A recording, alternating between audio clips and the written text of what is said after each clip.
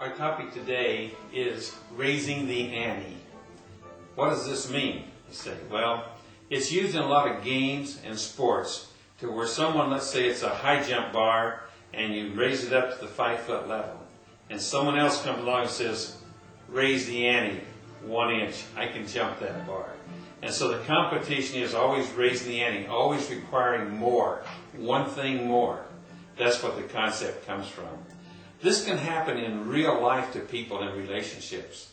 You have someone who says to a potential spouse or a boyfriend or a girlfriend or just a friend, and they say, well, you know what? If you would just do this, I could accept your friendship, or I could accept you as a person that I could have a relationship with. And so the person meets that requirement. And then there's another requirement added too. You know, I don't really like the way you comb your hair. If you just comb your hair a little bit over this way, man, we could make a go of it. So the person changes their hairstyle. Then another requirement, raising the ante, is done again. And they say, well, I don't like the way you dress. I don't like the car you drive. I don't like the job you have. Or I don't like the way you treat me. And it goes on and on, escalation after escalation within the relationship.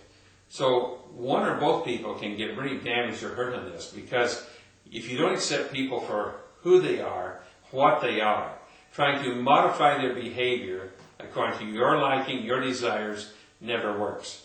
Because what it does, it puts a person into living a false style of life, or a false personality. So every time they're with you, they have to behave within the parameters of what we have established. And pretty soon that becomes impossible. When it becomes impossible, then they are rejected or turned away, or we do damage to them by telling them that they weren't what we expected, or they weren't what the person we started liking, because they haven't met the new requirements. So it's a very dangerous thing to let the system or the program of raising the ante come into a relationship between you or any other person, whether it's a friend or whatever. Now, this doesn't mean that if someone has a behaviorism that you really think they ought to change. It's fine to discuss that and say, you know, here's how I see what you're doing. Or do you realize when you do that, this is what happens. And many times that's a helpful, constructive thing to let people know. But to always have in your mind's eye that the people never match quite up to what you want. You will never find you can give yourself in commitment to that person. You have to accept them for who they are, how they are, and then by loving that person, then the little rough edges can be worked off of each person in that relationship.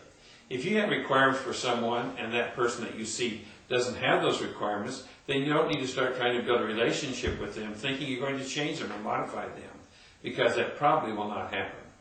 So whenever you're working with people, you need to realize that you should give them the respect you want yourself.